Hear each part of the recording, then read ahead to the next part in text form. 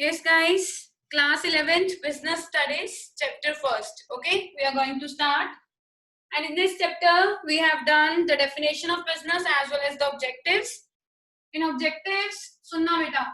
Previous classes में, videos में, हमने 2 objectives कर लिए थे. Total 3 objectives हैं. Economic, social और individual. ठीक है? ये 3 ऑब्जेक्टिव हैं. ये दोनों हमने प्रीवियस वीडियोस में कर लिए, पिछली 2 वीडियोस जो आपको भेजी हैं. तीसरा इंडिविजुअल ऑब्जेक्टिव ये बचा है. सिर्फ ध्यान से समझना, बहुत इजी है. इंडिविजुअल ऑब्जेक्टिव है क्या? पहले तो आपको ये बताना चाहिए इंडिविजुअल वर्ड बिजनेस स्टडीज में हम किसके लिए यूज कर रहे हैं? एम्प्लॉयज. किसके लिए यूज करते हैं? एम्प्लॉयज. जो हमारी ऑर्गेनाइजेशन में एम्प्लॉयज काम करते हैं उनके बारे में यूज कर रहे हैं. बेटा एम्प्लॉयज किसी भी ऑर्गेनाइजेशन का बहुत इंपॉर्टेंट पार्ट होते हैं. अगर किसी ऑर्गेनाइजेशन में एम्प्लॉयज सेटिस्फाइड नहीं है, एम्प्लॉयज हैप्पी नहीं है, उस ऑर्गेनाइजेशन में सक्सेस पा पाना बहुत मुश्किल है. बेटा मैं एक छोटा सा एग्जांपल देती हूँ, ध्यान से सुनना. जब तक किसी पर्सन की कोई खुद की चीज ना हो तब तक उसको पेन नहीं होता. ये चीज मानते हो सभी? जब तक मैं कहूँ कि मेरी खुद की चीज, मतलब अगर मैं कोई चीज बोलूं सिंपल, मैं तुम्हें पढ़ा रही हूँ, तुम्हें पढ़ाने से यहाँ पे मेरा नाम बनेगा, है ना, कि हाँ रिस्पेक्ट बनेगी कि भी बहुत अच्छा कराती है ये वो, तो मैं कोशिश करूंगी बहुत अच्छा कराऊं, अपना बेस्ट दूं. तो मेरे को खुद को कुछ मिल रहा है ना, यहाँ पे मिल रहा है नहीं मिल रहा, तो मेरे को पेन होगा. मैं पेन लेके पढ़ाऊंगी, है ना. अदरवाइज किसको रेस्ट नहीं प्यारा? सभी चाहते हैं रेस्ट करना. मोबाइल हो, टीवी हो, रिमोट हो, इंटरनेट हो, खाना पीना हो, बस एंजॉय करना चाहते हैं सभी, राइट? तो क्या कह रहे हैं कि एम्प्लॉयज जो होते हैं ना, वो ऑर्गेनाइजेशन उनकी खुद की नहीं होती. जहां पे वो काम कर रहे होते हैं ना, वो उनकी खुद की ऑर्गेनाइजेशन नहीं होती. वो ऑर्गेनाइजेशन ऑनर की होती है. जैसे मैं एक ऑनर हूँ एक ऑर्गेनाइजेशन, ठीक है, मैं एक बिजनेस चला रही हूँ, उसके अंदर ऑनर हूँ.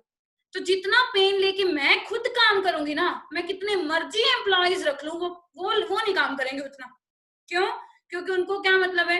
उनको मतलब है यार मेरे को महीने बाद सैलरी तो मिल ही जानी है, तो मैं क्यों काम करूं, है ना.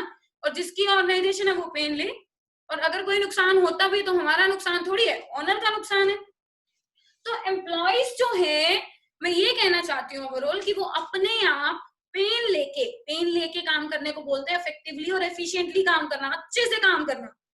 एम्प्लॉयज अपने आप अच्छे से काम नहीं करते, हमें उनसे काम निकलवाना पड़ता है. क्यों? क्योंकि हम उनको सैलरी दे रहे, पैसा दे रहे. तो अगर आप चाहते हो कि एम्प्लॉयज से आप काम निकलवा सको रेगुलरली, आप चाहते हो कि एम्प्लॉयज आपके लिए अच्छे से काम करें, आपके पैसे का आपको हक दें, तो आपको उनका इंडिविजुअल ऑब्जेक्टिव पूरा करना पड़ेगा. मतलब एम्प्लॉयज को सेटिस्फाई करना पड़ेगा लालच दे के. कैसे? सुनना. एम्प्लॉयज एक ऑर्गेनाइजेशन के ऐसे पार्ट होते हैं, अगर वो चाहे तो ऑर्गेनाइजेशन को या तो बिल्कुल टॉप पे ले जा सकते हैं, इतना इनके अंदर कैपेबल और कैपेबिलिटी और कैलिबर होता है. और अगर वो चाहे एम्प्लॉयज अच्छे नहीं है तो बहुत अच्छी ऑर्गेनाइजेशन को भी नीचे गिरा देते हैं, खत्म हो जाती है वो ऑर्गेनाइजेशन. इतना इंपॉर्टेंट पार्ट है. तो बेटा एम्प्लॉयज जो है, ये इंडिविजुअल ऑब्जेक्टिव जो हम बोल रहे हैं, इसका मतलब है कि एम्प्लॉयज को क्या रखो? सेटिस्फाइड, खुश रखो. ठीक है. अगर मैं बोलूं यहाँ पे लक्ष्य है सपोज टू बी मेरे साथ, है ना, क्लास में अभी लक्ष्य को मैंने क्या बोला कि एक ऑर्गेनाइजेशन में वो काम कर रहा है, और काम करने के लिए मैंने उसको बोला कि आज की डेट में काम हो जाना चाहिए. उसने नहीं किया पूरा, लास्ट में एक्सक्यूज दे दिया कि लाइट नहीं थी, ये नहीं था, वो नहीं था, बस काम नहीं किया. अगर मैं लक्ष्य को लालच दे दूं कि आज अगर तूने काम पूरा कर दिया ना तो तेरी सैलरी में इंक्रीमेंट पक्का है. बेटा लाइट चली जाए, कुछ मर्जी हो जाए, इसने काम पूरा करके दिखाना ही दिखाना है. मानते हो इस चीज को? जब तक हम सामने वाले पर्सन को उनका खुद का लालच नहीं देते ना, तब तक वो हमारे लिए अच्छे से काम नहीं करते. तो यही कह रहे हैं यहाँ पे, ये ऑब्जेक्टिव यही कहता है कि एम्प्लॉयज को सेटिस्फाई करो, उनकी जरूरतें पता करो. जरूरतें समझते हो? नीड्स, जरूरत क्या उनकी, उन जरूरतों का उनको क्या दो? लालच दो. और फिर उससे उनको उनकी नीड्स को सेटिस्फाई करो जो उनको चाहिए. जैसे मैंने किसी को पैसा चाहिए तो मैंने उसको बोला तेरी सैलरी बढ़ा देंगे, तू अच्छे से काम कर. तो वो अच्छे से काम करेगा तो उसकी नीड सेटिस्फाई होएगी, तो वो हमारा गोल भी अचीव करवाएगा। समझ रहे हो? तो इसको बोलते हैं उनकी नीड्स को सेटिस्फाई करना। तो इंडिविजुअल ऑब्जेक्टिव यही है, उनकी जरूरतें पूरी करो। कैसे जरूरतें पूरी की जाएंगी एम्प्लॉइज की? एम्प्लॉइज एक ऑर्गेनाइजेशन की एसेट होते हैं बेटा। क्या होते हैं? एसेट्स। ठीक है, एक होती है लायबिलिटी, एक होती है एसेट। हम इनको एसेट्स में लेते हैं। क्यों? क्योंकि अगर ये अच्छे हैं, हमारे पास कैपेबिलिटी है, तो ऑर्गेनाइजेशन सक्सेसफुल हो सकती है।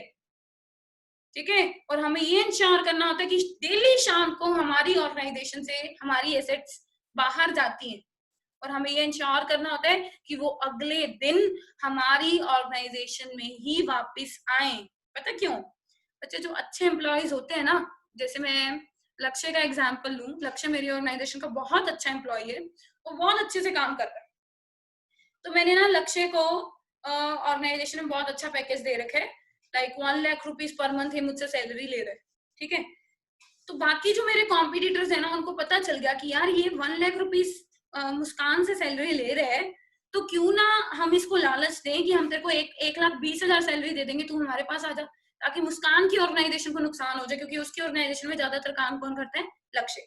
तो कॉम्पिटिटर ये जरूर करेंगे, क्योंकि जो कॉम्पिटिटर्स होते हैं उनको ये होता है कि उसका बिजनेस सामने वाले का ठप हो जाए और मेरा अच्छे से चले, तो वो ये काम जरूर करेगा, एम्प्लॉयज को लालच देगा। और अगर एम्प्लॉय लालच में आ गया तो गया फिर, है ना? यही होता है ना। और नॉर्मल सी बात है, हम कब तक रोक लेंगे? तो हमारी एसेट मतलब हमारे एम्प्लॉयज हमारी ऑर्गेनाइजेशन से शाम को बाहर जाते हैं, बाहर जाना मतलब अपने घर तो जाएंगे जाएंगे, पर हमें ये देखना होता है कि वो अगले दिन वापस आए। अगले दिन वापस आए मतलब रास्ते में या उनके घर पे जाके किसी और कंपनी ने कोई और पैकेज ना दे दिया हो, कोई कॉम्पिटिटर ने कोई बड़ा पैकेज, मैं 1 लाख दे रही हूँ तो और लोग बैठे हैं उसको 2 लाख 3 लाख 4 लाख देने के लिए, तो वो तो जाएगा।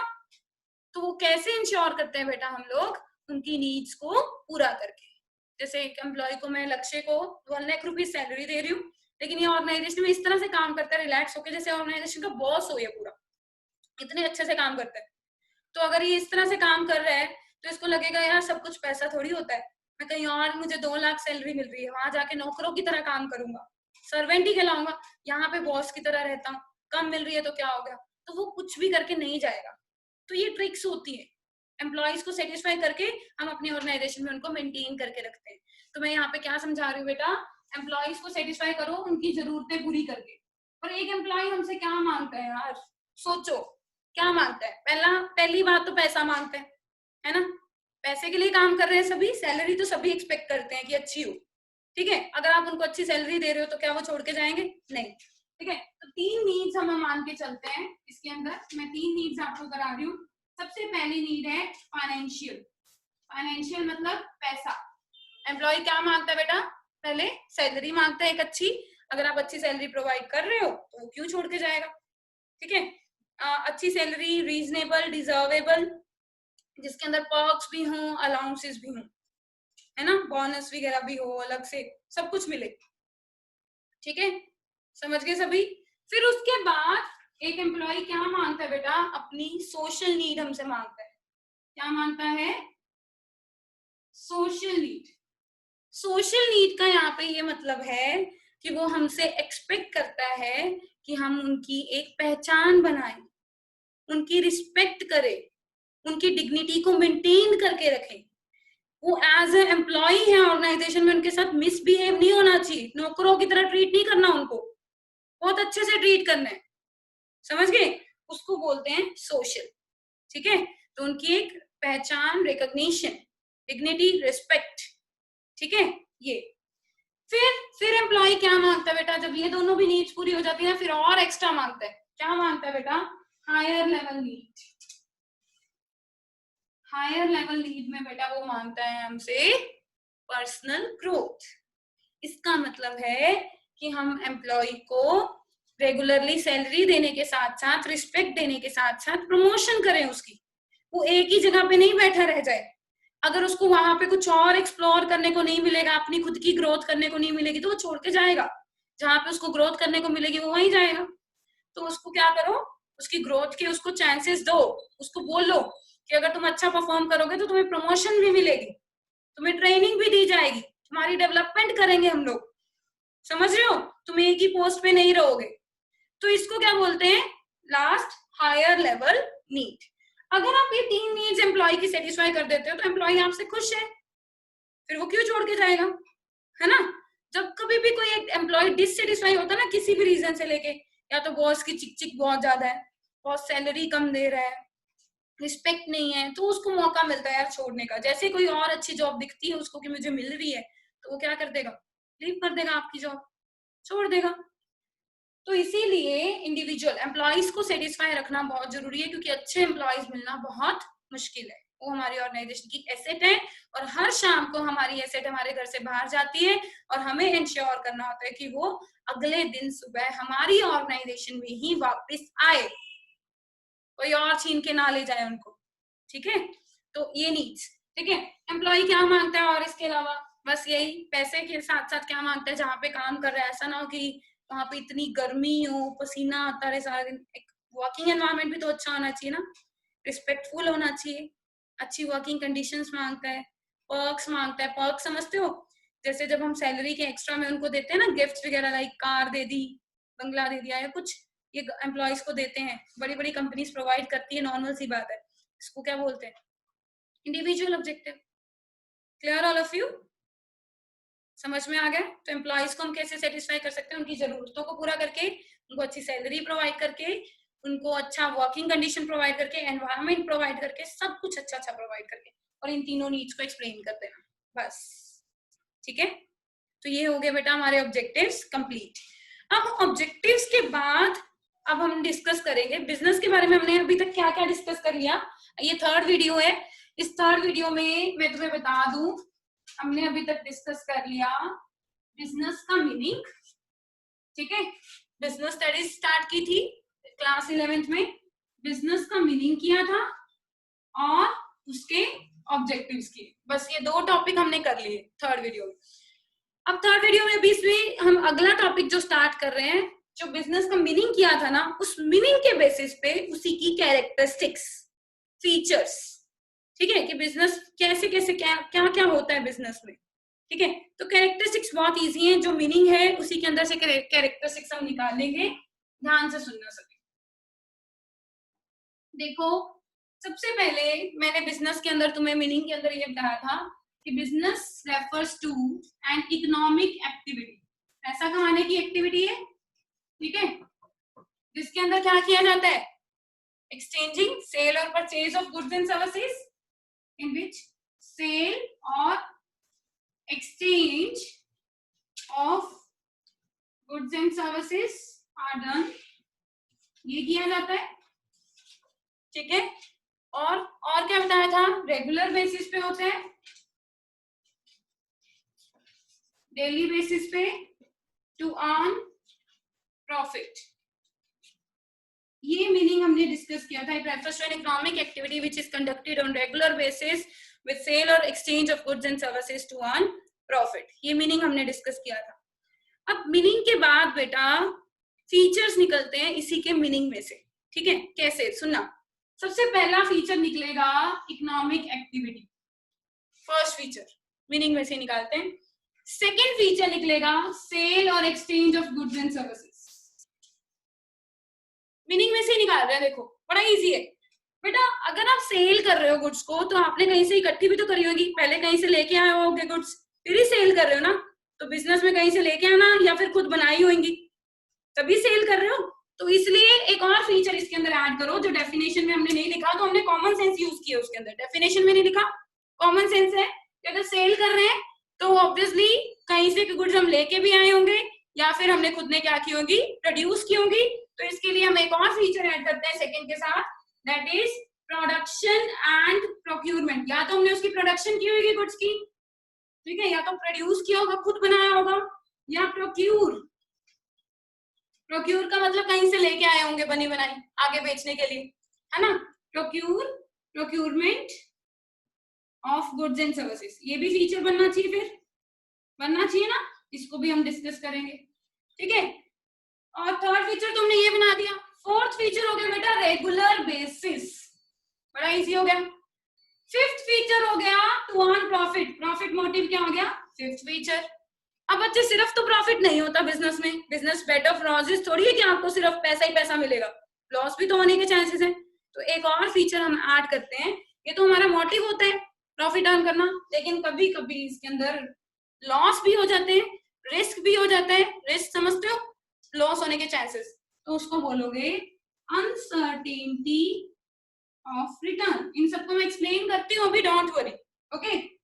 अनसर्टेनिटी ऑफ रिटर्न या फिर रिस्क इन्वॉल्व, समझ गए या नहीं? Clear all of you? कोई डाउट? तो टोटल 6 फीचर्स बिजनेस स्टडीज में, बिजनेस के अंदर, बिजनेस के खुद के हमने डेफिनेशन में से निकाल लिए।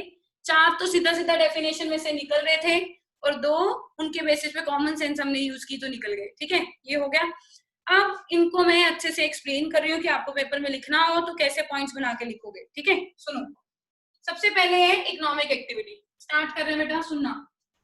डेफिनेशन से बनाया है मैंने, और यूजली आप कोशिश किया करो कि हर तरह के टॉपिक के फीचर डेफिनेशन से ही निकाल लिया करो, और डेफिनेशन से ही निकलते होते हैं यूजुअली, ओके। तो सबसे पहला फीचर था इकोनॉमिक एक्टिविटी।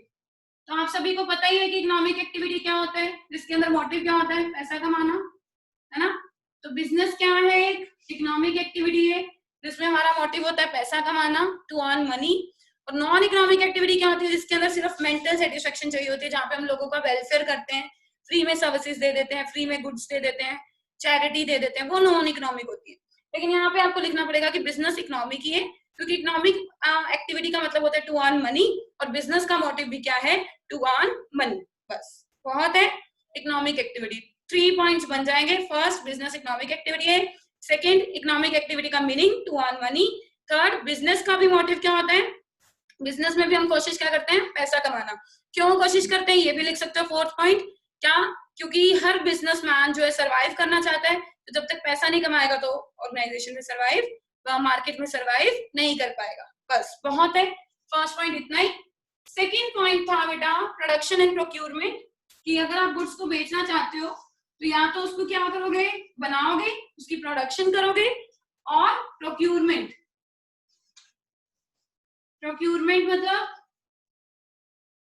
प्रोक्यूरमेंट मतलब इकट्ठी करोगे, कहीं से खरीद के आओगे, right, of goods and services. तो पहला पॉइंट आप यही लिखोगे कि किसी भी तरह की गुड्स और सर्विसेज की फर्दर सेल और एक्सचेंज करने के लिए हमारे पास वो गुड्स और सर्विसेज अवेलेबल होनी चाहिए, फर्स्ट पॉइंट। सेकेंड पॉइंट आप लिखोगे कि वो गुड्स और सर्विसेज 2 तरीके से अवेलेबल हो सकती है, ठीक है। अवेलेबिलिटी कैसे हो सकती है, 2 टाइप से।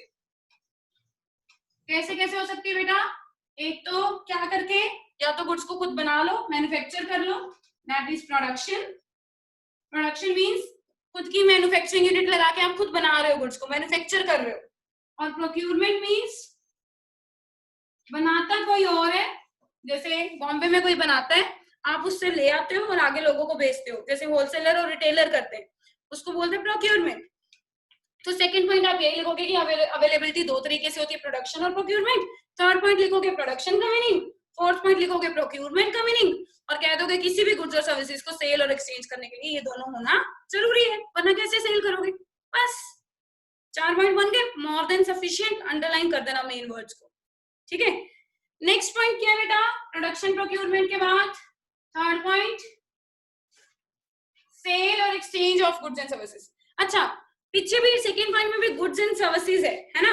तो गुड्स क्या होती है पहले ये बता देना, फिर सर्विसेज क्या होती है ये भी बता देना, पता होना चाहिए आपको।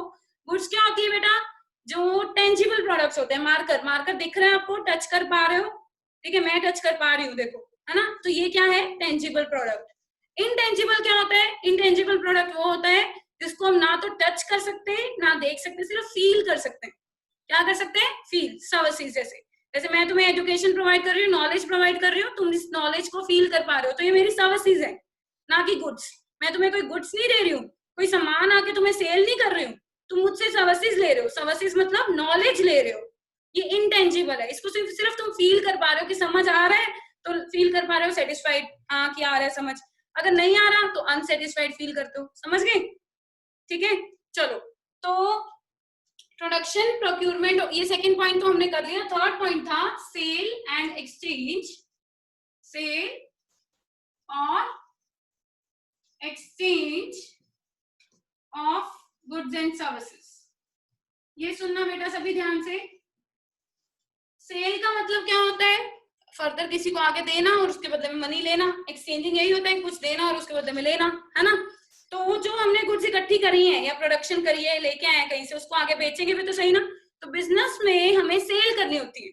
जैसे कि ऐसा नहीं है कि अगर आप किसी को चैरिटी की फॉर्म में दे रहे हो तो वो बिजनेस है, नहीं। आप सेल करो। सेल मतलब उसके बदले में कुछ लोगे आप। अगर मैं अपनी शॉप से कुछ गुड्स उठा के किसी को गिफ्ट में दे रही हूँ, तो क्या गिफ्ट दे के मैं उससे पैसे मांगूंगी कि 5,000 की 5,000 रुपए निकाल? नहीं ना। तो गिफ्ट में जो गिफ्ट की फॉर्म में दे रहे हैं वो भी सेल नहीं है। तो यहाँ पे सेल और एक्सचेंज किसको बोलते हैं? जब आप किसी को देते हो और उसके बदले में मनी रिसीव करते हो, उस मनी को रिसीव करना क्या बोलते हैं? सेल और exchange of goods and services. Goods तुम्हें पता है, सर्विसेज तुम्हें पता है। तो इस पॉइंट के अंदर तुम गुड्स को भी एक्सप्लेन करोगे। गुड्स होती है टेंजिबल प्रोडक्ट्स और सर्विसेज क्या होती है? इनटेंजिबल। यहाँ लिख देती हूँ, टेंजिबल। टेंजिबल जिसको टच किया जा सकता है और देखा भी जा सकता है, ठीक है। और इनटेंजिबल जिसको सिर्फ फील किया जा सकता है, कैन ओनली बी फेल्ट, ठीक है। फेल्ट मतलब फील। और इसको can't be touch, can't be touch और सीन, कैन बी टच और सीन, ठीक है। आगे समझ सबको यहां तक? फिर इसके बाद क्या है? थर्ड पॉइंट के बाद नेक्स्ट पॉइंट क्या बनाओगे बेटा? Further fourth point, regularity in dealing या फिर रेगुलर बेसिस। फोर्थ पॉइंट है हमारा, रेगुलर बेसिस पे गुड्स और सर्विसेज को सेल करना। Fourth point will be regularity in dealing, ठीक है, या फिर deals in goods and services on regular basis. एक ही बात है, कुछ भी लिख सकते हो आप पॉइंट। रेगुलरिटी कैसे बेटा? अगर आपने एक या दो बार कोई ट्रांजैक्शन कर दी, जैसे सेल कर दी कोई गुड्स एक या दो बार, तो कोई बिजनेस बन गया वो आपका? नहीं। एक दो बार कोई गुड्स सेल या परचेज करने से वो बिजनेस नहीं बन जाता। जैसे कि मैं एग्जांपल दूं कि मैंने क्या किया, अपना पुराना घर सेल कर दिया क्योंकि मुझे कुछ नया नया घर खरीदना था और थोड़ा बड़ा चाहिए था, तो मैंने नया घर खरीद लिया। तो क्या ये बिजनेस है? नहीं, बिल्कुल भी नहीं है, क्योंकि मैं वो घर डेली बेसिस पे परचेज सेल थोड़ी करती हूँ, रेगुलर बेसिस पे थोड़ी करती हूँ। अगर मैं एग्जांपल लूं ब्रोकर का, ब्रोकर होते हैं जो, उनका काम ही यही होता है, घर खरीदते हैं, आगे किसी को बेच देते हैं कमीशन खाने के लिए, उनका काम ही यही है, डेली बेसिस पे उनका काम ही होता है। तो फिर वो क्या कर रहे हैं? वो क्या कर रहे हैं बेटा? बिजनेस कर रहे हैं, ठीक है। तो रेगुलरिटी बेसिस पे अगर आप कर रहे हो तो वो बिजनेस खिलाएगा, अदरवाइज नहीं खिलाएगा। समझ गए? जैसे मैं एग्जांपल दूं कि एक लड़की है, suppose to be Sita, Sita नाम की कोई गर्ल है, और उसने क्या किया, सबसे पहले कोई गुड्स किसी पर्सन को सेल करी, ठीक है, कार सेल करी, अपनी कार किसी पर्सन को सेल करी और उसमें प्रॉफिट कमा लिया, ठीक है। 5 लाख वाली कार जिसका 5 लाख उसको आना था, उसने किसी को 7 लाख में बेच दी, ठीक है, चूना लगा दिया, धक्के से बेच दी। अब बेटा उस केस में अब उसने प्रॉफिट तो कमा लिया, क्या वो उसका बिजनेस है? नहीं, पहली बार बेची थी और बाई चांस प्रॉफिट हो गया। लेकिन बाद में उसने यही काम खोल लिया, शॉप खोल ली, क्या? कार सेल करने की। पुरानी कार्स लेके आगे बेच देती थी, उसको लगा कि मैं इसमें अच्छा प्रॉफिट कमा सकती हूँ, मैंने एक ट्रांजैक्शन बहुत अच्छी करी तो मैं आगे भी कर सकती हूँ, तो उसने ये शॉप ही खोल ली, तो उसका बिजनेस है। तो क्वेश्चन पता क्या आएगा कि जब सीता ने कार बेची गीता को पहली बार, तो क्या वो बिजनेस था? नहीं, क्योंकि वो रेगुलर बेसिस पे नहीं था। लेकिन जब सीता ने शॉप खोल ली तब वो बिजनेस कर रही है, तब वो सेल परचेज कर रही है, तब वो बिजनेस है? बिल्कुल हाँ है। इस तरह से क्वेश्चन आएगा, तो आपका आना चाहिए, ठीक है, अटेम्प्ट करना। समझ में आया सबको? Regularity in dealing. Next point क्या बनता है, इसके भी पॉइंट्स बना सकते हो कि डेली बेसिस पे होना चाहिए, आपने एक सिंगल ट्रांजैक्शन किया तो वो बिजनेस नहीं है, आप मतलब उस पर्टिकुलर चीज का ऑक्यूपेशन लेके चलो, डेली बेसिस पे अगर आप करोगे तभी तो आप बिजनेस कहलाएगा। एग्जांपल डाल देना। Fourth point more than sufficient है। नेक्स्ट पॉइंट है बेटा फिफ्थ, प्रॉफिट मोटिव। कोई भी बिजनेस बेटा अगर हम करते हैं तो उसके पीछे हमारा मोटिव क्या होता है? प्रॉफिट अर्न करना, क्योंकि बिना प्रॉफिट के तो भाई बिजनेस चल ही नहीं सकता। चल सकता है? कितनी देर तक चला लोगे? अगर सपोज टू बी मैंने अपने घर से पैसे मांगे थोड़े से, ठीक है, मैंने घर वालों को कहा मुझे एक बार 50,000 रुपए दे दो और महीने बाद मैं 50,000 अर्न कर लूंगी, आपको लौटा दूंगी। तो बेटा मैंने 50,000 लिए घर वालों से और महीने बाद मैंने पूरे पूरे अर्न किए 50,000, ज्यादा अर्न किए ही नहीं, तो अब उनको लौटाने भी तो थे, लौटाए नहीं, फिर रखे रखे मैंने अपने पास, क्योंकि मेरे को अभी आगे भी तो बिजनेस चलाना है ना, तो फिर मैंने 50,000 रखे रखे, फिर अगले महीने फिर वही 50,000 दोबारा बिजनेस में लगा दिए, फिर से अगले महीने देखा कितने अर्न किए, अगले महीने भी 50,000 ही किए सिर्फ, फिर से नहीं लौटा पाई। जब तक कुछ एक्स्ट्रा अर्न नहीं करूंगी तब तक लौटाऊंगी कैसे? कुछ एक्स्ट्रा अर्न करूंगी तो वो बिजनेस में लगाऊंगी ताकि पिछले पैसे लौटा दूं। तो कब तक आप सिर्फ सर्वाइवल के साथ चलते रहोगे? मतलब ऐसा नहीं हो सकता। आपको बिजनेस को लॉन्ग टर्म के लिए चलाने के लिए आपको थोड़ा बहुत प्रॉफिट चाहिए होता है, और प्रॉफिट मोटिव बिजनेस का ऑब्जेक्टिव होता है। बिना इस ऑब्जेक्टिव के कोई भी बिजनेस नहीं किया जा सकता। अगर आप फ्री में गुड्स बांट रहे हो किसी को तो वो चैरिटी है, वो आपका बिजनेस नहीं है। और अगर आप किसी को सपोज गिफ्ट दे रहे हो तो वो भी आपका बिजनेस नहीं है। तो बिजनेस अगर आपको अच्छे से चलाना है तो आपका मोटिव क्या होना चाहिए? प्रॉफिट अर्न करना। और प्रॉफिट का मतलब होता है रेवेन्यू ज्यादा होना कॉस्ट से। जितने आप खर्चे करते हो उन खर्चों से ज्यादा आप रेवेन्यू अर्न कर रहे हो, तो वो क्या है? आपका प्रॉफिट। तो यही है यहाँ पे नेक्स्ट ऑब्जेक्टिव क्या होगा बेटा हमारा? Profit motive feature. तो ये बताना पड़ेगा आपको कि प्रॉफिट बिजनेस का एक लाइफ ब्लड होता है, इसके बिना बिजनेस लॉन्ग टर्म तक नहीं चल सकता, और हर एक बिजनेस का ऑब्जेक्टिव प्रॉफिट अर्न करना होता है। फिर एग्जांपल दे देना, ठीक है। नेक्स्ट सुनो बेटा, प्रॉफिट के बाद 6th point, uncertainty of return और रिस्क। अनसर्टेन समझते हो सभी क्या होता है? अनसर्टेन का मतलब होता है कि कुछ भी प्रेडिक्टेबल ना होना, श्योर नहीं होना कि क्या होगा क्या नहीं होगा। फ्यूचर अनसर्टेन है। क्या फ्यूचर के बारे में कुछ प्रेडिक्ट कर सकते हो तुम पहले से कि क्या होने वाला है क्या नहीं होने वाला? आज हम यहाँ हैं, कल नहीं हो, कुछ नहीं पता, नहीं पता ना, तो इसको क्या बोलते हैं? अनसर्टेन।